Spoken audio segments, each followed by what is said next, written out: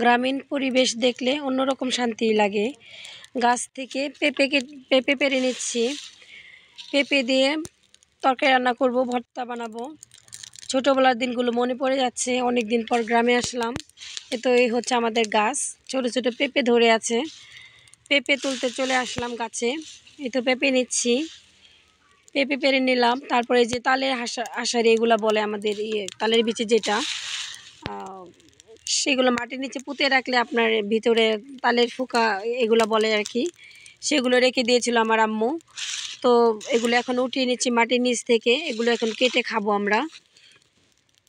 তো কেটে নিলাম, কেটে নিয়ে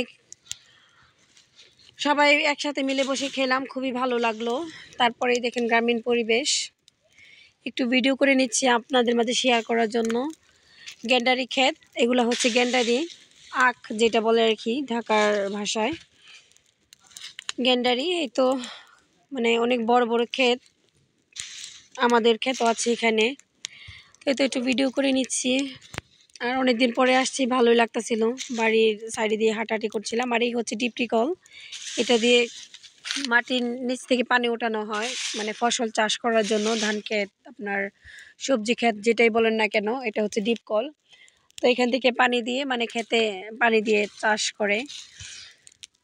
তো আমাদেরই আর কি এটা ডিপটি কল। আর বাসায় এখন আসলাম মিষ্টি, আর ছোটো বোন জামাই মিষ্টি নিয়ে আসছিল। মানে মিষ্টি খেতে আমার খুবই ভালো লাগে।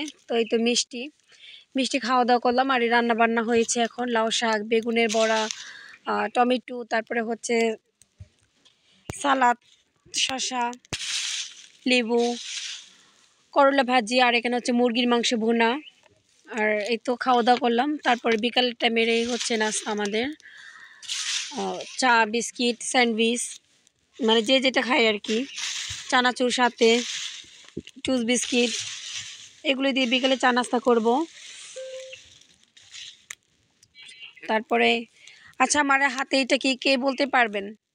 যদি কেউ চিনে থাকেন তাহলে একটু কমেন্ট করে জানাবেন, দেখি কে বলতে পারেন যে আমার হাতে এটা কি। মানে খুবই ভালো লাগছিল আমার এইটা।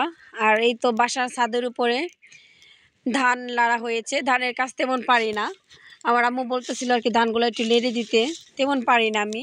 তাই ট্রাই করতেছিলাম, দেখি পারি কিনা। তো ধান লাড়তেছি। দেখেন গ্রামে আসছি, আর মা তো মাই বলতেছে একটু কাজ করতে, তো ধান লাড়লাম। আর এই হচ্ছে সানফ্লাওয়ার যেটা বলে আর কি,